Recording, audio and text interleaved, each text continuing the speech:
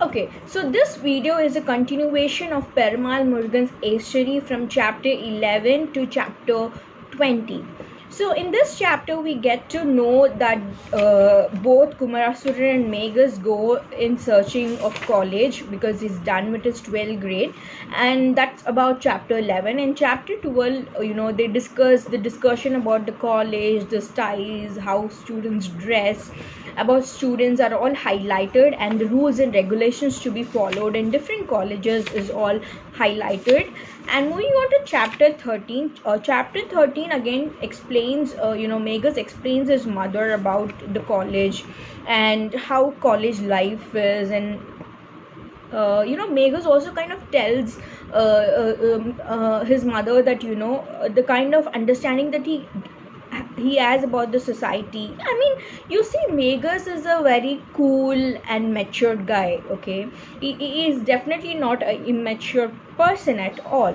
In chapter 14 we also get to understand the Congo dialect, to stress on the background of the writer himself, Perumal Murugan himself pitching in. And then we also get to know about Tena Surur, who is Kumarasura's friend.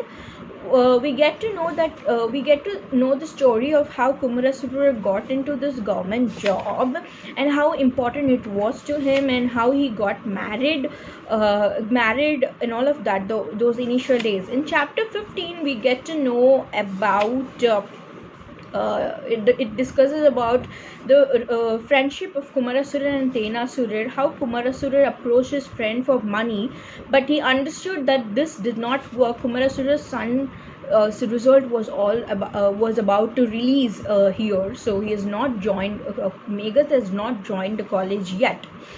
And in chapter 16 we get to know that Kumarasura's emotion when he returned, he was kind of depressed, and he was getting into this trauma of what to do next, how do I get admission to my son in a better college, how much would that cost for my son, and all of that. So he's all stuck about what to do next. And he worries of the middle class father. You kind of see typical worry of any middle class father in chapter 16. And chapter 17 is a continuation of Kumarasura's emotion as a middle class father, the stress around him on arranging for the finance of his son's education in the same chapter.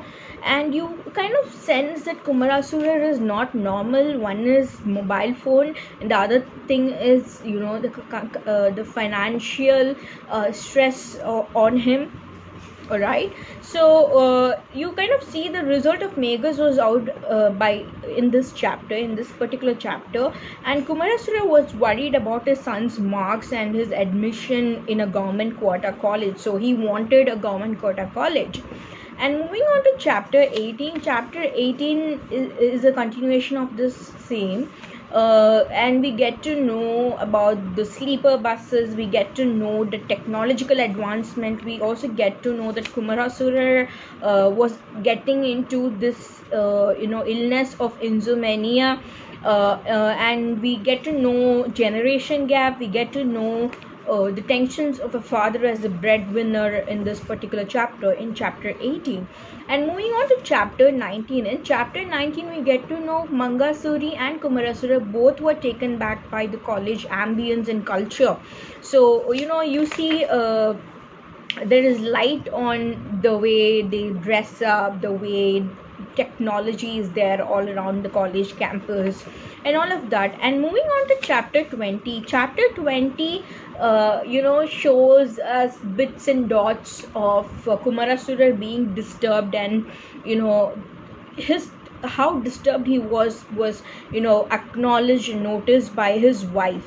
So here we end with chapter 20. Thank you.